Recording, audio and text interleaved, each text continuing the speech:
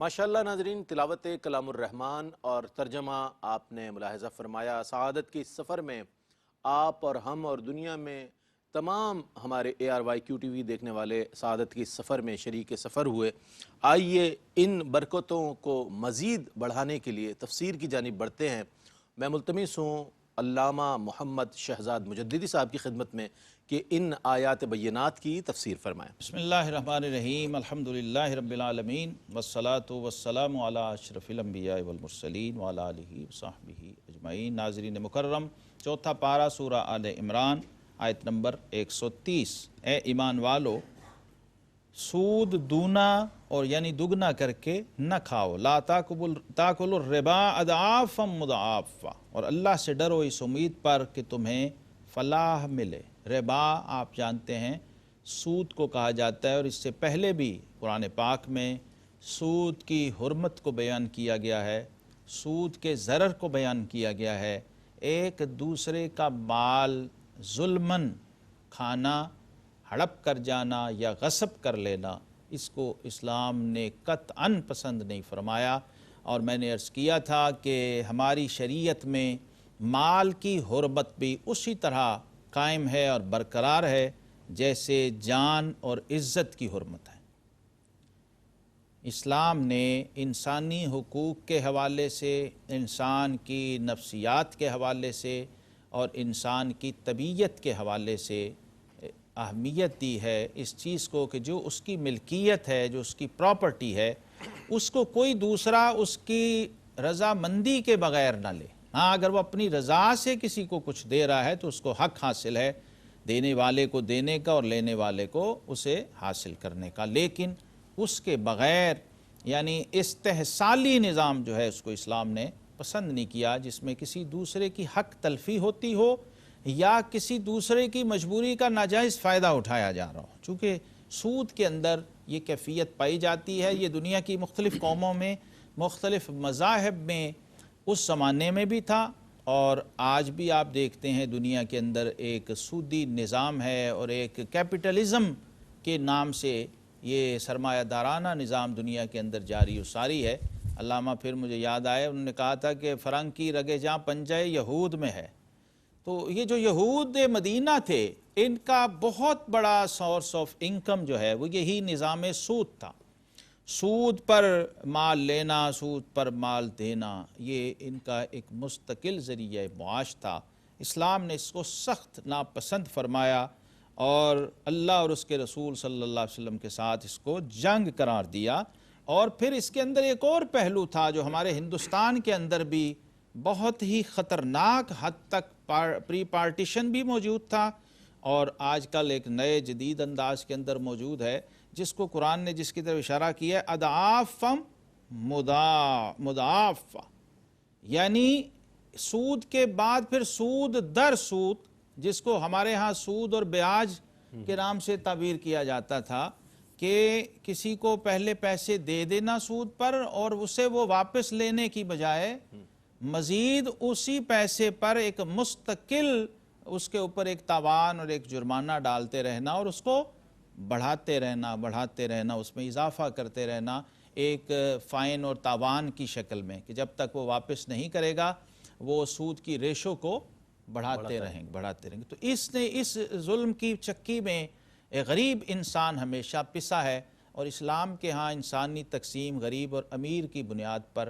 نہیں ہے۔ ان اکرمکم عند اللہ اتقاکم، یہ انسان کی اپنی بنائے ہوئے معیار ہیں کہ جو امیر ہے وہ بہت بہتر ہے اور جو غریب ہے وہ بہت گھٹیا ہے۔ اسلام میں ایسا کوئی تصور نہیں ہے۔ اسلام نے حبشہ کے بلال کو کعبے کی چھت پہ کھڑا کر کے اپنا موقف اور اپنا مشرب بیان کر دیا کہ اسلام کے ہاں یہ اس نظر سے دیکھا جاتا ہے کہ ایک ہی صف میں کھڑے ہو گئے محمود و ایاز، نہ کوئی بندہ رہا نہ کوئی بندہ نواز۔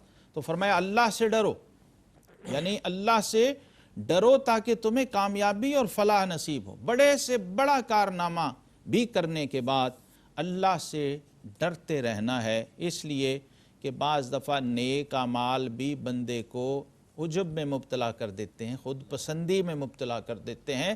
تو اسلام ہمیں یہ سمجھا رہا ہے کہ نیکی کی توفیق بھی تمہارا کمال نہیں ہے، ہماری توفیق۔ اللہ اکبر، اللہ اس لیے سبحان اللہ۔ اس کا کریڈٹ بھی حقیقی معنوں میں معبود ہی کو جاتا ہے بے شک، بے کہ شک۔ اس نے تمہیں توفیق دی تو تم اس قابل ہوئے بے شک۔ کہ دینی اور دنیاوی اعتبار سے کوئی اچھا کام کر سکو۔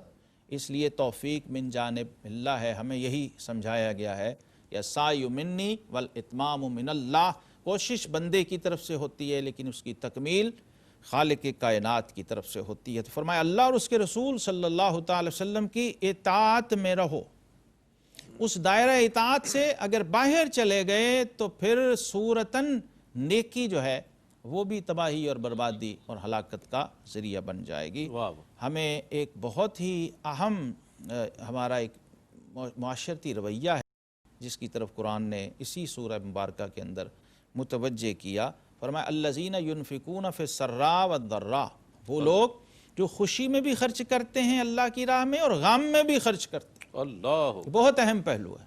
اللہ۔ ہمارے ہاں عام رویہ یہ ہے کہ جب کوئی خوشی ملی تو اللہ کی راہ میں خرچ کیا، لیکن اسلام نے ہمیں سمجھایا کہ اگر شادی کا موقع ہے اس وقت بھی صدقہ اور خیرات اللہ کی راہ میں کچھ ضرور کرو، اور اگر ولیمہ بھی ہو رہا ہے تو نبی کریم علیہ السلام نے فرمایا بہترین دعوت ولیمہ وہ ہے جس میں غریب لوگ بھی شامل ہوں، ان کو بھی عزت و احترام اور تکریم اسی طرح دی جا رہی ہو جس طرح اپنے متمول اعزاء اور اقارب کو دی جا رہی ہے۔ اور پھر رنج میں کیا خرچ کریں، یہ بھی ایک سوال ہے۔ فرمایا اگر مثال کے طور پہ کوئی وفات بھی ہو گئی ہے، ظاہر ہے اللہ کا نظام ہے، تو اس وقت بھی اس میت کی طرف سے جو راہ خدا میں خرچ کرو گے تو وہ بھی صدقہ اور خیرات کے زمرے میں آئے گا، اس کا فائدہ خرچ کرنے کے والے کو بھی ہوگا، اور جس مرحوم کے لیے اصال ثواب کیا گیا ہے اس کو بھی اس کا فائدہ پہنچے گا۔ یعنی میت کی تجہیز و تکفین پر بھی جو خرچ ہو رہا ہے وہ بھی راہ خدا میں خرچ ہے، وہ بھی نفقہ ہے، کیونکہ اللہ کے ایک بندے کے لیے آپ اہتمام کر رہے ہیں، جو کفن کا اہتمام ہے، جو غسل کا اہتمام ہے، جتنا بھی یہ پروٹوکول ہے اسلام کی طرف سے اپنے ایک ماننے والے اور اپنے ایک پیروکار کے لیے کہ اس کو عزت اور تکریم سے دنیا سے رخصت کیا جائے۔ ایسی عزت کا تصور دنیا کے کسی اور نظام میں نہیں ہے، اور یہاں بھی دیکھ لیجئے کوئی تقسیم غریب و امیر کی نہیں ہے۔ اگر بادشاہ ہے تو وہ بھی وہی یونیفارم، وہی انداز، وہی غسل، وہی جنازہ، وہی چارپائی اور وہی قبر۔ بے شک۔ اور اگر کوئی فقیر ہے لیکن کلمہ طیبہ کا نور اس کے سینے میں ہے اور محمد رسول اللہ صلی اللہ علیہ وسلم کی نسبت کا نور اس کے سینے میں ہے تو اسی طرح کندھوں پہ اٹھایا جاتا ہے اور سروں کے اوپر اس کو لے کے جایا جاتا ہے۔ اور پھر فرمایا والکاظمین الغیظ والعافین عن الناس، جو غصہ پینے والے ہیں اور لوگوں سے درگزر کرنے والے ہیں، واللہ یحب المحسنین، کیونکہ اللہ نیک لوگوں کو محبوب بناتا ہے، انہیں پسند کرتا ہے جو احسان کرنے والے ہیں۔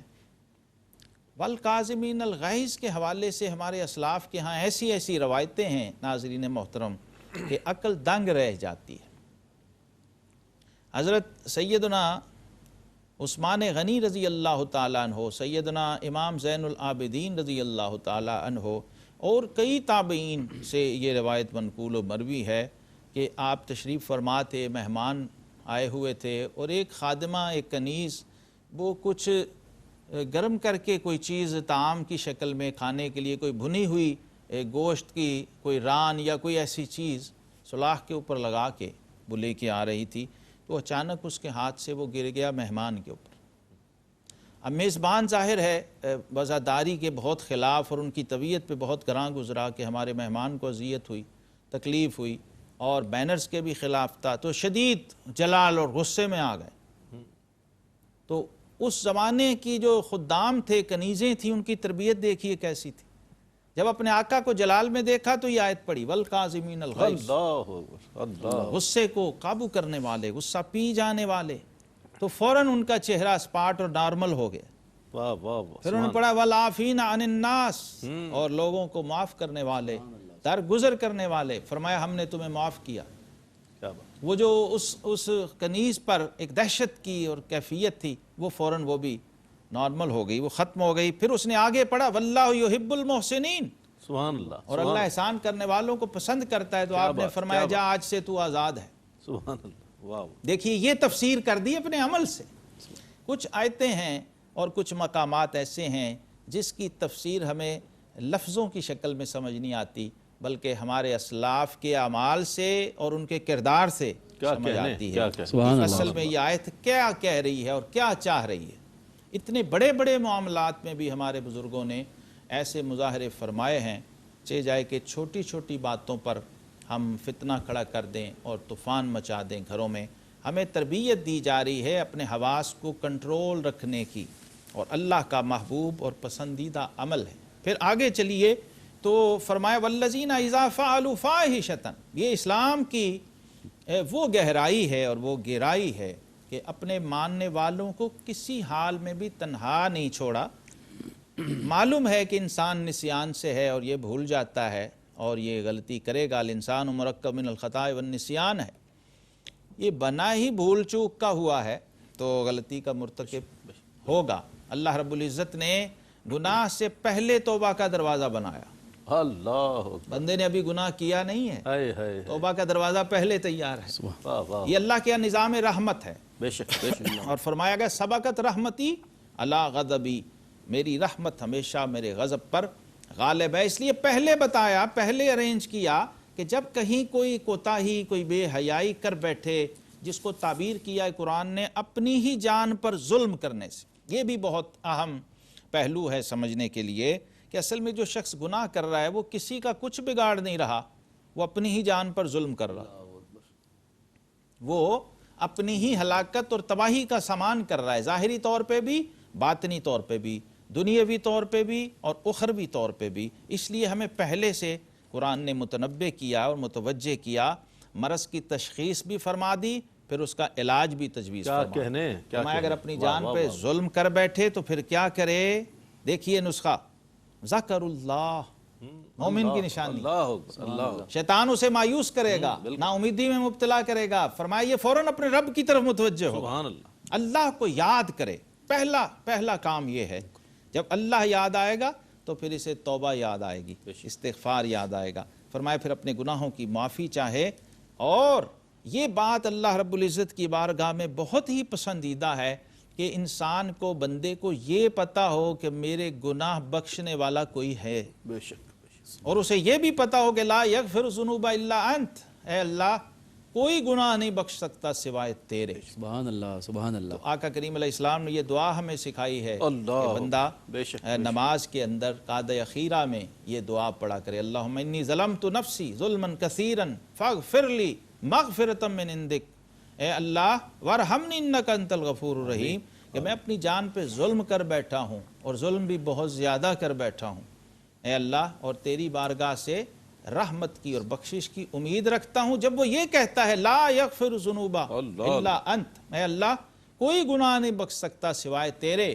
تو رب کائنات خوش ہو جاتے ہیں اور فرشتوں سے کہتے ہیں فرشتوں دیکھو میرا یہ گناہگار بندہ جانتا ہے کہ میں ہی گناہ بخش سکتا ہوں۔ اللہ اللہ سبحان اللہ۔ بس اس ادا پہ اللہ رب العزت اس کے گناہوں کو معاف فرما دیتے ہیں۔ پھر قرآن کا خاصہ ہے، قرآن کا ایک اور کمال اور خاصہ دیکھیے، فرمایا ھذا بیان للناس اللہ اکبر۔ وہدی وموعظۃ للمتقین، فرمایا یہ جو قرآن ہے پورے کا پورا یہ اللہ کا خطاب ہے، اللہ کا آواز ہے لوگوں کے لیے، بندوں سے اللہ تبارک و تعالیٰ مخاطب ہیں، بے شک بے شک۔ اور قرآن کی شکل میں قیامت تک مخاطب ہیں۔ اللہ آپ جب بھی قرآن کھولیں آپ اپنے رب کی بارگاہ میں حاضر ہو جائیں۔ سبحان اللہ اب آپ کہیے جو کہنا ہے اور مانگیے جو مانگنا ہے سبحان اللہ سبحان اللہ۔ قرآن کے ذریعے، کیونکہ قرآن حبل اللہ الممدود من السماء ہے، قرآن اللہ کا دسترخوان ہے روئے زمین پر، سبحان اللہ۔ اور اس کی تمام نعمتیں اس دسترخوان پہ موجود ہیں۔